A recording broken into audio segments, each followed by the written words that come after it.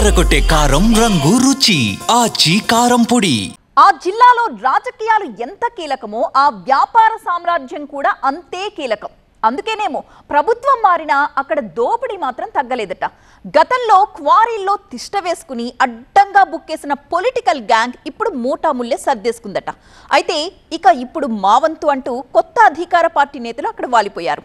వారు పోతే వీరు, వీరు పోతే వారు అన్నట్టుగా రాజకీయ నేతల జోక్యం మాత్రం ఆగట్లేదన్నమాట. దీంతో అసలు వ్యాపారులకు కొసర కూడా మిగలట్లేదు. అధికారం చేతులు మారినప్పుడల్లా మలుపులు తిరుగుతున్న ఆ వ్యాపార ప్రపంచమేంటో, అక్కడి పరిస్థితులేంటో చూద్దాం. చీమకుర్తిలో గెలాక్సీ పాలిటిక్స్. అప్పుడు వాళ్ళు, ఇప్పుడు వీళ్ళు. మారింది ప్రభుత్వం మాత్రమేనా? క్వారీల్లో కథ అలాగే ఉందా?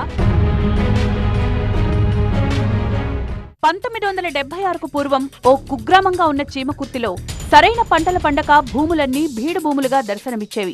ఎప్పుడైతే గెలాక్సీ గ్రానైట్ ఖనిజ నిక్షేపాలు ఉన్నాయని గుర్తించారో అప్పుడే ఈ ప్రాంతపు దిశ మారిపోయింది. అంతర్జాతీయ పటంలో చోటు సంపాదించుకుంది చీమకుర్తి.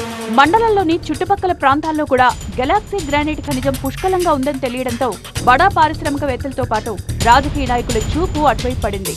అప్పుడు, ఇప్పుడు, ఎప్పుడు ఒకేలా అన్నట్లుగా చీమకుర్తిలో గెలాక్సీ రాజకీయమే నడుస్తోంది. అయితే ప్రపంచ ప్రఖ్యాతిగాంచిన ఇక్కడి గ్రానైట్ పలకల ఫ్యాక్టరీ రంగం తాజాగా మరోసారి సంక్షోభంలో చిక్కుకుంది. గిట్టుబాటు ధర లేక విలవిల్లాడుతున్న యజమానులకు సీనరేజీ వసూలు అవకాశం లేకుండా ఆ అధికారాన్ని కూడా ప్రైవేట్ వ్యక్తులకు ప్రభుత్వం కట్టపెట్టడం పుండు మీద కారం చల్లినట్టుగా మారింది. ప్రభుత్వానికి సీనరేజీతో పాటు తమకు కూడా పర్సెంటేజీ ఇవ్వాలంటూ ఆ కాంట్రాక్టు పొందిన సంస్థ వేధిస్తుండటంతో గ్రానైట్స్ ఫ్యాక్టరీ యజమానులకు ఏం చేయాలో పాలుపోడలేదు. ఓవైపు నష్టాలు, మరోవైపు కొత్త పాలసీల కారణంగా యజమానులతో పాటు కార్మికులు కూడా రోడ్డును పడే పరిస్థితి వచ్చింది. ఫ్యాక్టరీలు నడపలే మహాప్రభు అంటూ ఇప్పటికే నెలపాటు యజమానులు సమ్మె చేపట్టారు. ఎట్టకేలకు మంత్రులు, ఎమ్మెల్యేల జోక్యంతో తిరిగి పనులు ప్రారంభించిన సీనరేజీ ప్రభుత్వానికి చెల్లిస్తాం తప్పితే ప్రైవేట్ సంస్థకు అదనంగా నజరానాలు చెల్లించుకోలేమంటూ తేల్చి చెప్పేస్తున్నాయి యాజమాన్యాలు.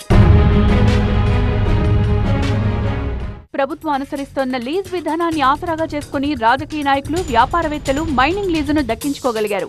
ఇక్కడ వెలికి తీసే గ్రానైట్ ని విదేశాలకు తరలిస్తూ కోట్లు గడిస్తున్నారు.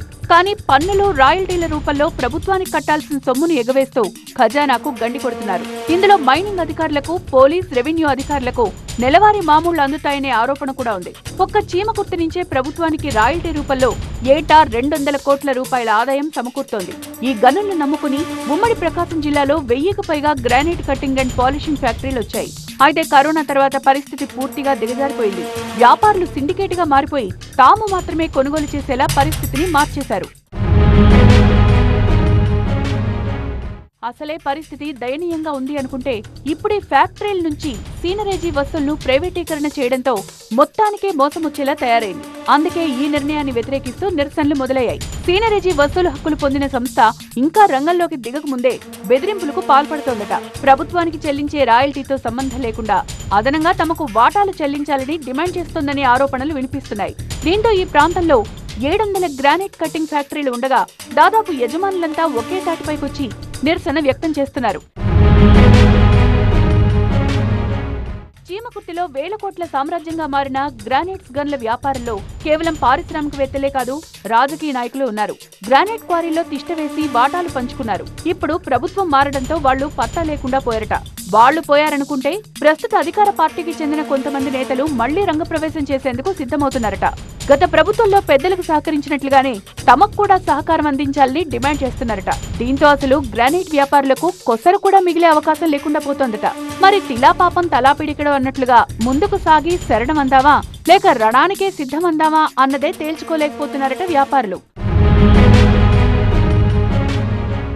బహిరంగంగా చర్చలు పెట్టి మరీ తాము అడిగినంతా ఇవ్వాల్సిందే అని సదరు ప్రైవేట్ సంస్థ సీనరేజీని డిమాండ్ చేస్తుంటే జిల్లా మైన్స్ అధికారులు నోరు మెదపకపోవడం పలు అనుమానాలకు తావిస్తోంది. వీరికి రాజకీయ నేతల అండదండలు ఉన్నాయన్న ఆరోపణలు ఉన్నాయి. మరి గ్రానైట్ ఫ్యాక్టరీ యజమానులతో ప్రభుత్వం చర్చలు జరిపి సానుకూల వాతావరణం కల్పిస్తుందా లేదా అన్నదే ఇప్పుడు పొలిటికల్ సస్పెన్స్.